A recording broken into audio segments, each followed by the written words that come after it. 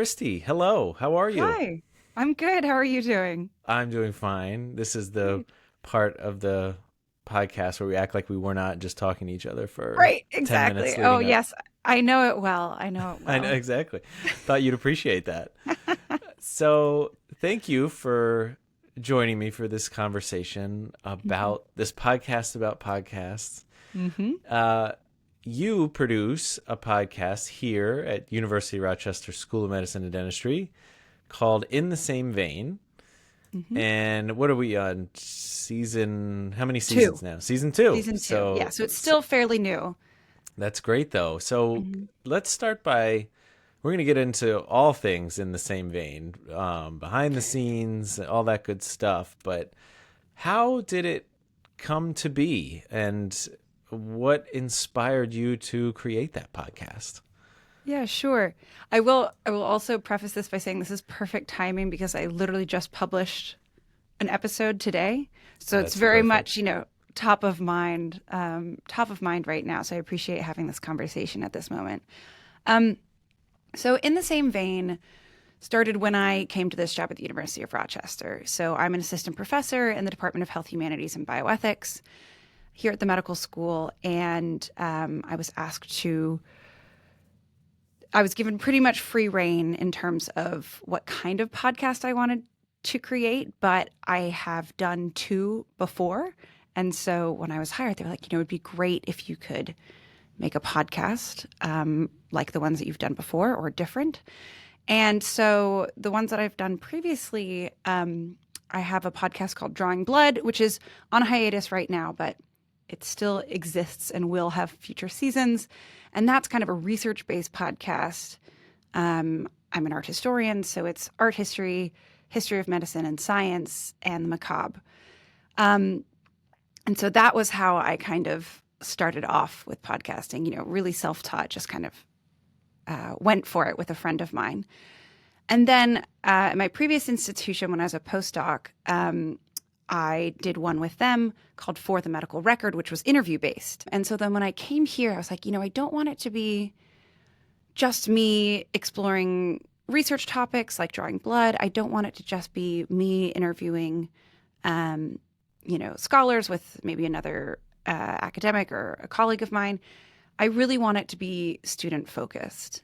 Um, and so I took kind of the skills that I'd had, again, totally self-taught in my previous podcasting projects, and then started working towards this idea that I had of bringing students in as co-hosts so that they could get not only a chance to see kind of how podcasts are made, but also to get a chance to speak to scholars at other institutions or who are working on things that might not be in their classes, and really feel like they're part of the academic conversation, part of the conversation that's moving health humanities and bioethics forward.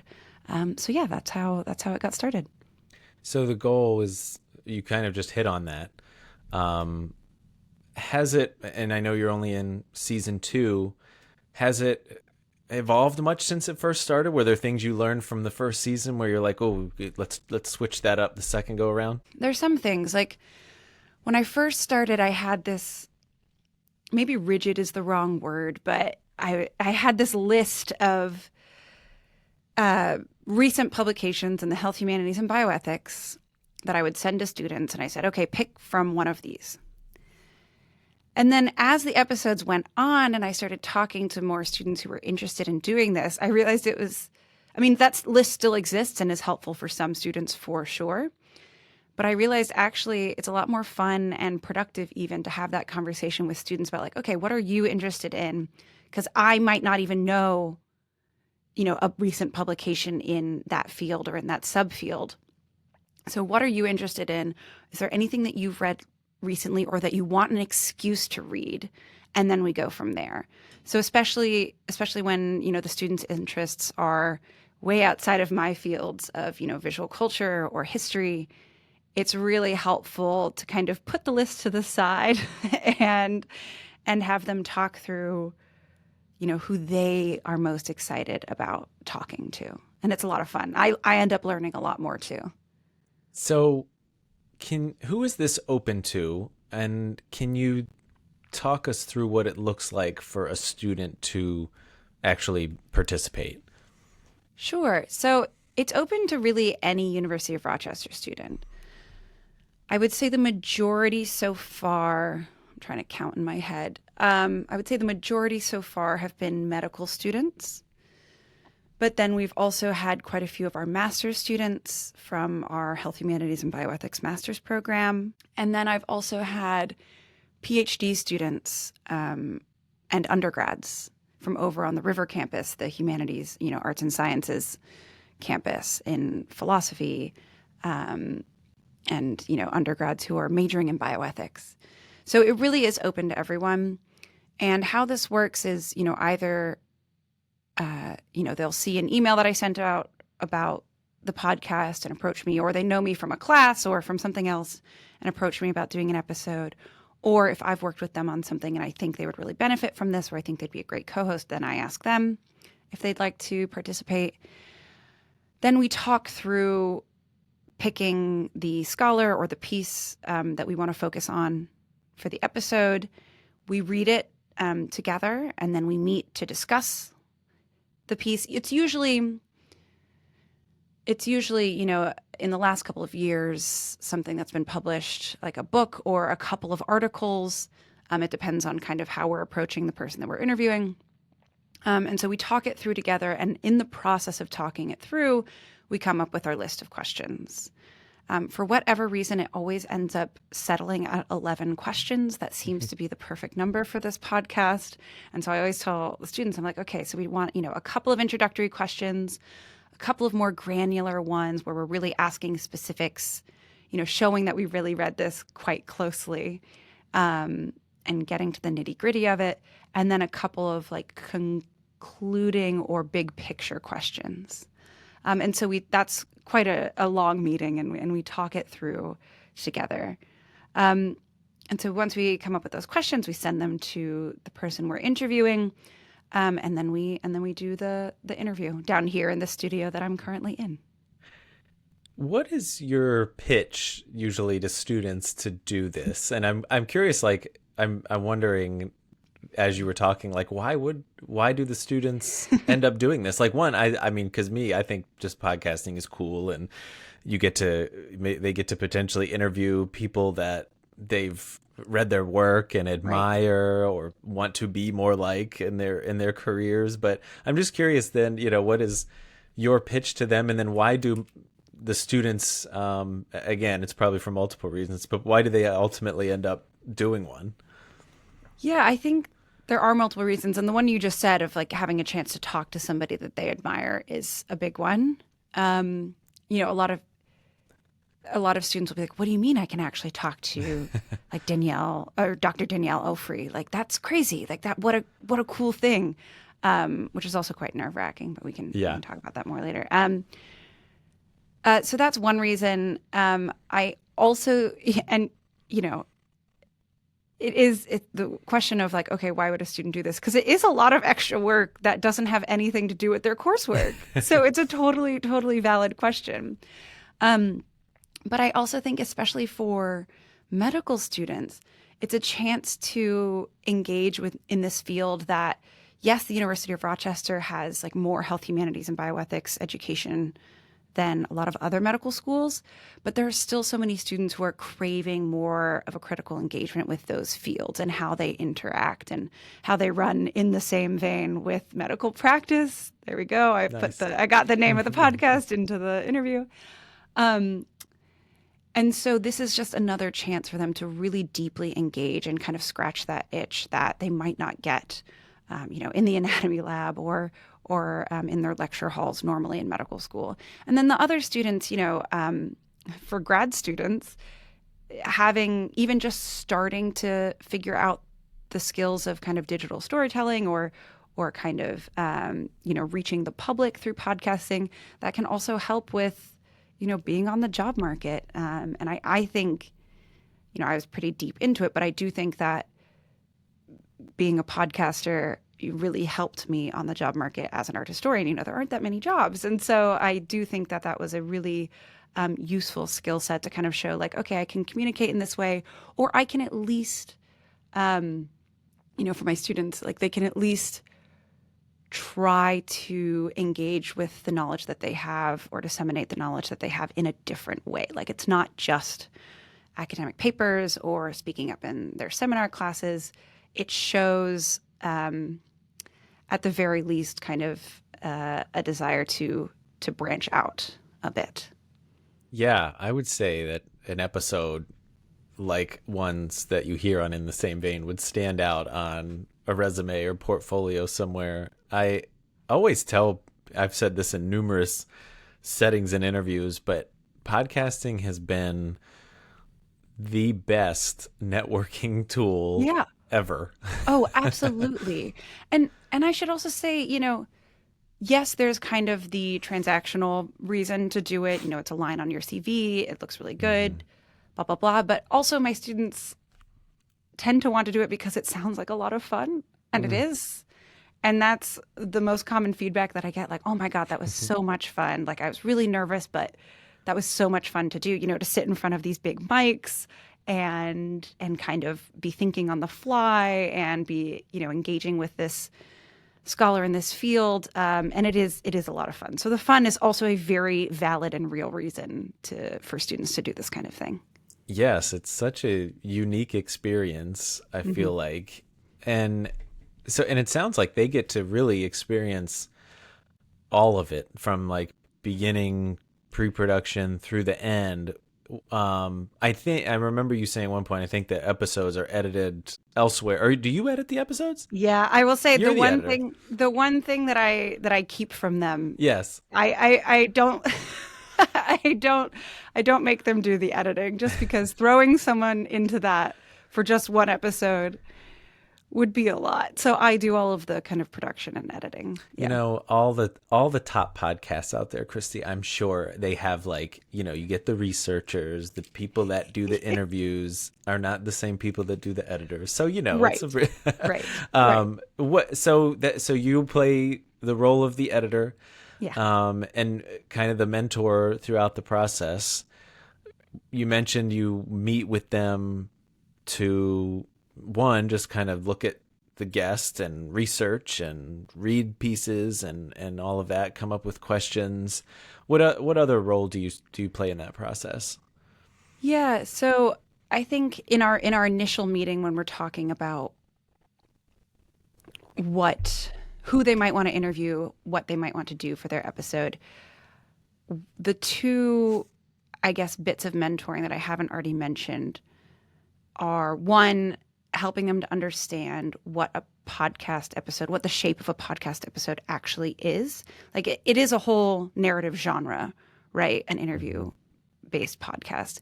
And so again, it's different from writing, a term paper or even a piece of creative fiction or anything. So we kind of talk about the flow of things, and I kind of mentor them on, okay, how can we think about how to draw in a listener, keep them, and then leave them wanting to listen to the next episode. So that's one bit, and that's, I think, is a skill that's applicable to a lot of other things that you might need in your professional life. Like for academics, it might be grant writing or something like that, right? And then the other bit of mentoring that I try to do is when they're trying to decide who to interview or who to reach out to for an interview, I try to help them be strategic about what they choose. So, for example, one of our master's students wanted to do an interview, and she's like, has all of these ideas, and they're all fabulous, and they're all really interesting. And so we were kind of going back and forth on a bunch of them, and we'd basically only narrowed it down to history, anything in the history of medicine.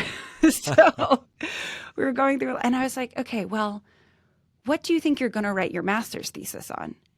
Because what we need to do is narrow it down to something that this podcast episode becomes an excuse for you to read and engage really thoughtfully with something that you will use in that project. And so that's how we narrowed it down to this scholar who, she's going to get to meet and get to ask questions about her topic that is very close to this student's master's thesis topic. So that's the other side. Yes, it's really fun and really exciting that you could ask to interview anybody in the health, humanities, and bioethics, but I try to, my role as a mentor is, I think, to push them in a direction that will be beneficial to them in their career and their studies. Yeah, and I would imagine that a lot of folks are not used to this just kind of like conversational medium and this kind of Right. storytelling.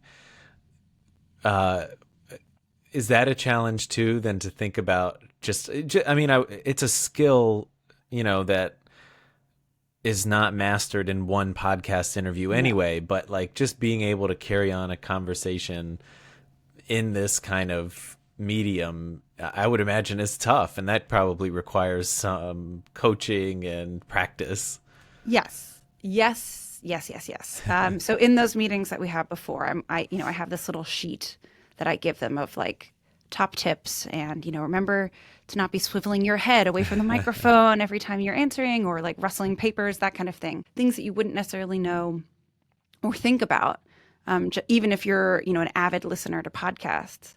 And, one of the things that I'm always telling them, I'm like, okay, remember that this is a conversation. Yes, we have a quote unquote script, the list of 11 questions. And, but feel free to ad lib, to ask additional questions, to take away questions, and we are constantly, me and my co-host are constantly kind of editing as we're going. And so I try to encourage that. But I do think that that is one of the biggest challenges, especially for students who, Rochester students are so amazing and they want to make sure they get it right. And so Yes. it's like, okay, I'm just going to read from this script because I know that's what's been approved and we're going to go for it. And so that's also something that I really try to do, is, okay, this can be a little bit looser. This can be a little bit more fun. And as you said, one podcast episode is not going to cement these skills in these students. And so it is just about kind of making them think through this at least, for this one episode. I think if I had unlimited time, or maybe if it was the only part of my job, like each student would do a whole season. Yeah. But that is not possible. Yeah. Nor do I think the students would have time to do that. But yeah, I think the kind of getting a sense of their voice within just the one podcast episode is the toughest thing to do. And I do think we've been fairly successful, and you can get a sense of what these students are interested in and what they're like in just those episodes. But that's the biggest challenge, I'd say. Yeah, I would imagine it's got to be so helpful to at least have your presence there for every episode, and then the students bring their own kind of unique take, not only in the topic area and the person they're interviewing, but their interest in that subject. Because like you said, some of it is stuff that you would have Yeah. never like dove that far deep into. Yep. Every single episode has a different tone, a different vibe, obviously a different topic, and different levels of expertise of me and my co-host, which I really like. There are lots of things in this podcast series that are consistent, and then there are these kind of variables that make it, at least to me, more exciting. Yeah. Part of the podcasts I do for School of Medicine and Dentistry here, the next step, Mhm. that is a very much a professional development or career story focused podcast featuring alumni, and I'm very comfortable interviewing people on that. I would love to, maybe in our next season, as we get into, we're late 2025 as we record this, so maybe Mhm. starting in 2026, I would love to get more into the science. And, I think that would mean bringing on unique co-hosts. I just Right. think but it's a good way to be able to, I think, to dive, even though they've, I'm sure a lot of them that I'll hopefully bring on at some point are not podcasters, but at least they know the topic area well and can probably ask follow-up questions that I would Right. have never thought of, or Right. I don't know, just be able to dive into topics that I would probably have to follow a very strict script around. Right. Right. Right.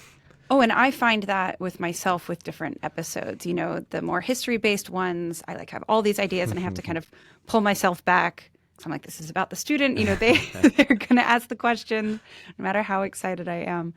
And then, when we're recording like really kind of really philosophy heavy, like bioethics episodes, I love really actively taking that step back because I have to Mm-hmm. be like, okay, this student who is interested in this or an expert in this or, wants to learn more in this can really take the lead.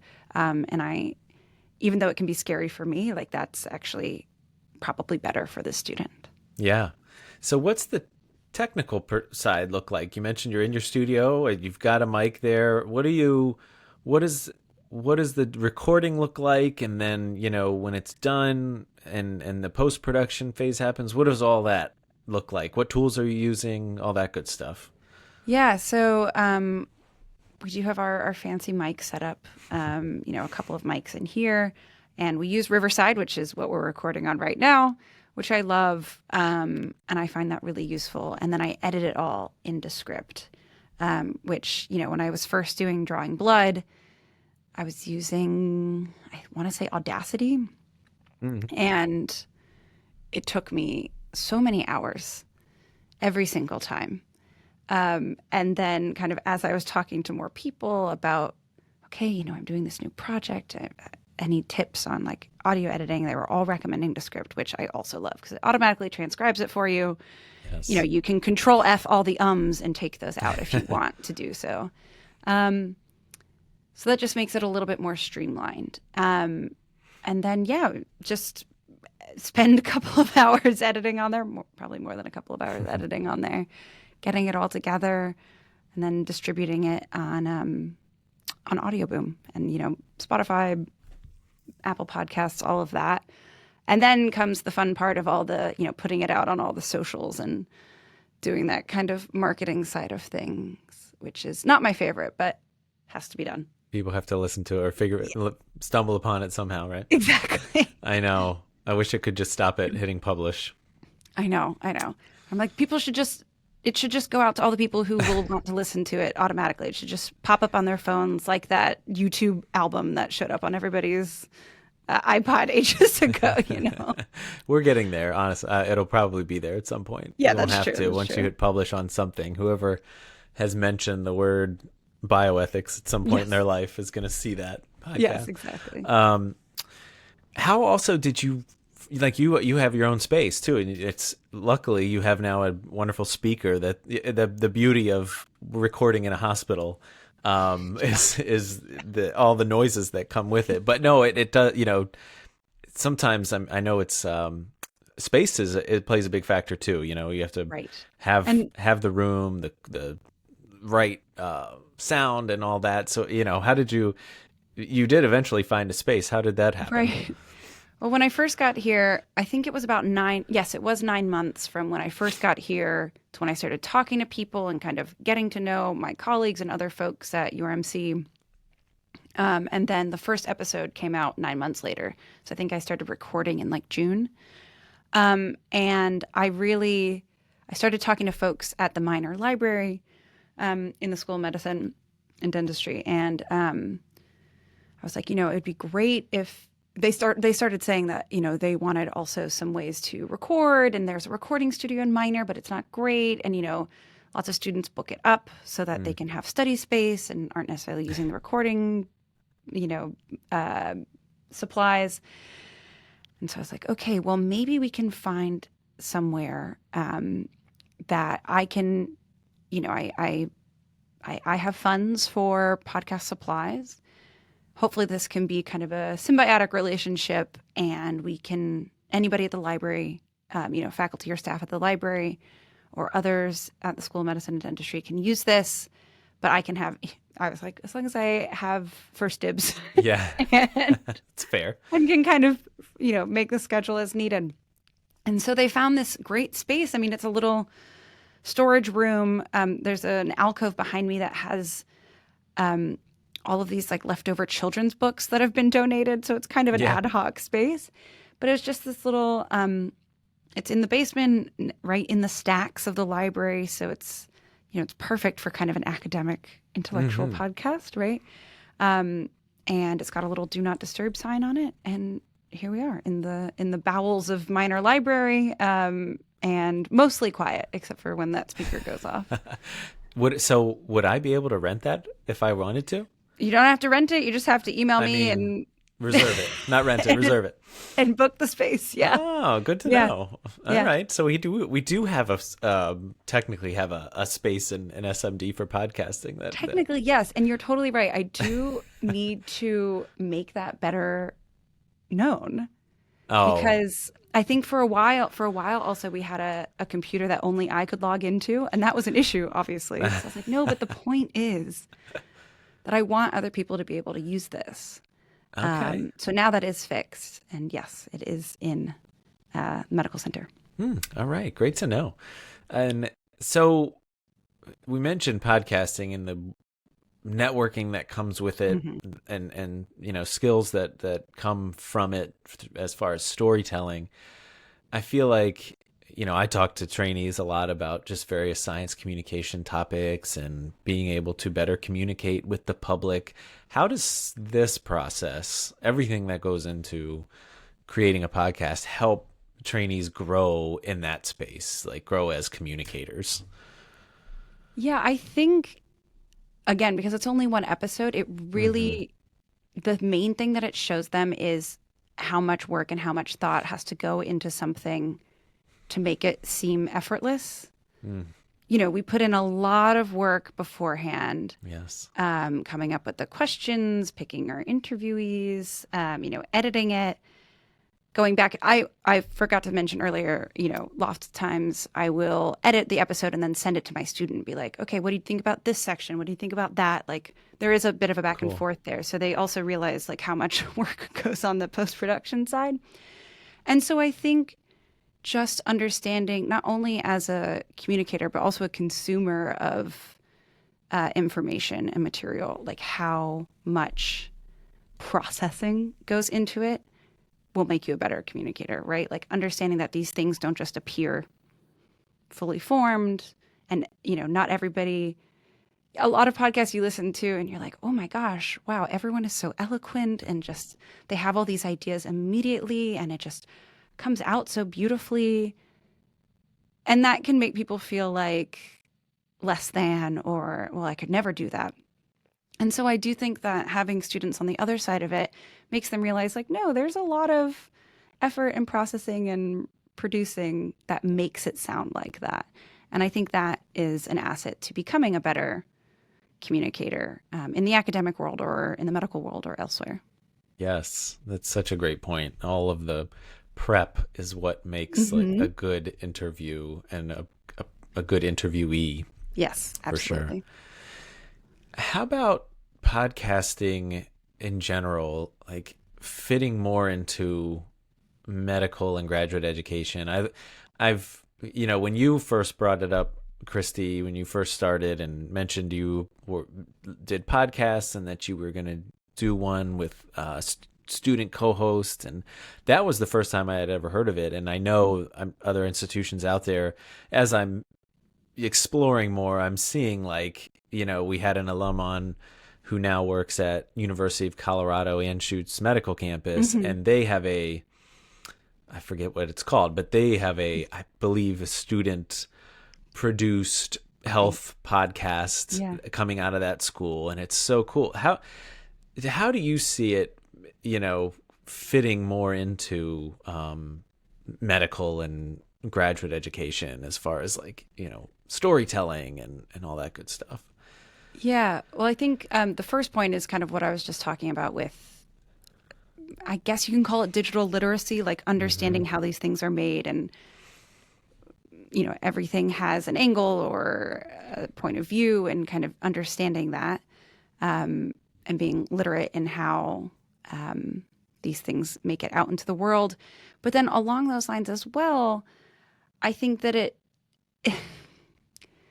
we're at such a point in, not to go big picture here, but we're at such a Go point in there. our country's history where there is so much pushback against experts and there's so much misinformation and disinformation out there that including these kinds of communication skills into, especially in the medical realm, I should say, Mm-hmm. but everywhere, but including these kinds of communication skills or just literacy into education, medical education, or elsewhere helps folks who do become experts to then be better positioned to communicate that to the public in a way that is not alienating, that brings people in rather than pushes them away. And I think that that is, I'm an academic, and that is a major kind of existential crisis within academics right now. How do we get back or communicate to these people who no longer see us as, or no longer want to listen to us? And so I do think that, without putting too much of a burden on podcasting, there are lots of other ways to do this too. But I do think that these kinds of skills, like learning how to speak to an audience and communicate in a kind of empathetic way and storytell, can help to hopefully shift things to where we might want them to be. Yeah. And I love what you said too, though, how we can better consume stuff, understanding that everything has a point of view, and understanding how stuff is developed and then put out there. It just absolutely puts better kind of listening hat on everybody. Last few things here. Anything, stand out to you in the last couple years that you've been doing this? Any moments that were particularly meaningful or memorable? I'm sure working with students in general is so great, because you just get, especially on something they've never done before, and then you see it published and come to fruition, and it's great. Anything particular though, like, stand out to you from all this? Yeah, thank you so much for asking that. Because it's nice to kind of reflect on that. I would have to actually go back to our very first episode, which is with Dr. Danielle Ofri, who I already mentioned, who is a physician and a writer and a musician. And my wonderful medical student, Bella Cantor, wanted to interview her because she'd read her book on medical error. And so we asked a lot of questions about medical error, and it got very personal, and it was a really lovely conversation. But then we also asked Dr. Ofri about playing music. And that was a kind of unexpected part of the conversation as well, because, we were focusing on this book. Again, there's that rigidity, right? You're like, this is what this podcast is, and this is what we're going to focus on. And then it went in this other direction. We were talking about, like, I don't want to say staying sane, but staying connected and staying yourself while in this kind of punishing career of being in medical school and then being a resident and then so on. And Dr. Ofri was like, you just have to do the things that you love. You just have to, I think she plays violin. I might be incorrect there, but she plays a string instrument. And she was like, I always made sure that I was feeding that side of my brain and that side of myself and, like, staying connected with that. After that conversation, Bella, my student co-host, actually ended up starting the School of Medicine orchestra again. Yes. So this was a group that had been dormant for a while. And she was like, you know what, this conversation with Danielle Ofri really kind of galvanized me to do this, to get these people together. It's a lot of work trying to organize an orchestra. Oh my gosh. And I went to their first show a couple weeks ago, and it was very emotional. I was like, this is amazing. And, seeing Bella up there kind of introducing everything and, like, running the show. And, as Dr. Ofri said, feeding that part of her personhood, I thought was really, really wonderful. And I'm not saying, like, Bella wouldn't have done that if we hadn't done the podcast episode, but it's nice that was like a connecting tissue among all those things. So that was really lovely to see. That's so great. And speaking specifically on podcasts, that's another thing. Like, when you talk about communicating, like our stories as folks in the health and science space, but humanizing the person, being human has such an effect on everybody that listens, right? And podcasts are just such a perfect medium to do that. You can really get to know somebody and realize that they are an actual person and appreciate things outside of work and aren't just people out there with like one mission to give you a vaccine or Yeah, something, like, right. Well, and even if you are ostensibly talking about their work, other things come in because Hmm. it is a conversation. And I think that's exactly what you're saying, and that is the best part of it, I think. In addition to, you learn more about their work, and that's so cool, and you kind of stretch Yeah. your brain in that way. But also seeing, hopefully, more sides of the person is really nice. So how do you measure success for In the Same Vein? You know, is it finishing an episode, just publishing it and having it be a thing, or are you looking at metrics even in a project like this? Just curious, how you look at success here. Yeah, I think the first thing is kind of the more holistic side of things. So the conversations with students like Bella Yes. afterwards, or with the interviewees, or with folks in my department or outside of my department, or even folks in other places across the country who I've had folks reach out to me and say like, oh, I'm using this episode in my class, or like I listened to this on my road trip, like blah blah blah blah blah. That is really how I'm like, okay, so this is reaching some people who it's resonating with. Yes, of course, not everybody who loves or hates it is going to reach out to me, but like that is a measure of success, I think. And I forward those along to the students and try to make sure that they know that people are listening. And then, of course, yeah, I mean, I follow the metrics on Sure. audiobook and try to, and I have a look at, okay, which ones are more popular? Is that because I titled it, not as grabby as I could have, or is it because this person, the interviewee, sent it out to a lot of people? Right. It's hard to tell exactly why you get more listens than another, or why one episode might get more listens than another.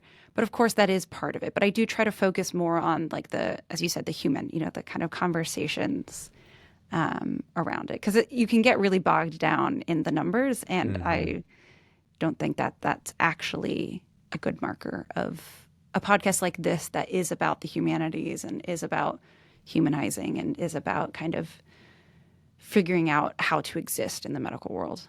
Yeah. I was having a similar conversation with my wife, who's an elementary school teacher, Mhm. and she was saying, like, that's a tough job, and day in and day out, it can wear on you. Yeah. But sometimes all it takes is a one message from a parent to be like, my kid Yep. loved this. Thank you so much for what you did. And it's like, oh, all right, I can go to school the rest of the year and do my job. And then like I Absolutely. said, I came back and was like, I'm like that with the podcast. Right. Cause like you can look and you get, on YouTube, 50 views, 20 Yeah. views. And it's like, gosh, anybody's paying attention to this? But then I got, I'll get like one email saying, oh, this interview with so and so. I listened to it in the car. It was so great. It really, Yes. thanks for talking to him about this. And it's just like, all right, I can do it forever. Exactly. No, that's exactly what I'm saying. And I think, yeah, teaching is another area where that Mm, happens. yeah. And I mean, elementary school is a whole other superhero level, but Yeah. even on kind of the, university teaching level, that's the kind of feedback that you need to feel like you're doing something and people are maybe listening. Yes, exactly. At least somebody Mhm. got something from it. Exactly. Uh, Last thing, what's next for the podcast for In the Same Vein? Just keeping it going, or can we expect anything new, or what's the plan? What are your Yeah, hopes? definitely keeping it going. So, like I said, we just published an episode today, which is, if I do say so myself, it's really fabulous. It's with this emergency medicine physician, Jay Baruch, who also is an author. And we talk actually a lot about a lot of the things that we talked in this episode, Hmm. like staying human, storytelling, reaching quote unquote unreachable audiences. So we're going to finish season 2.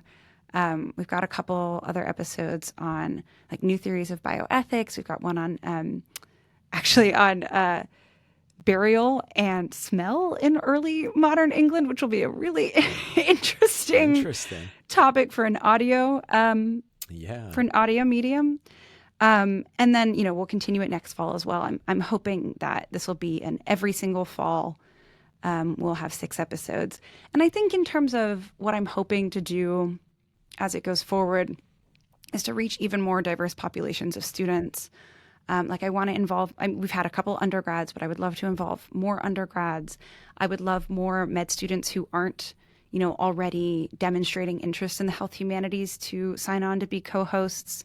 We have our health humanities and bioethics pathway for medical students, and those are the students who usually end up being my co-hosts.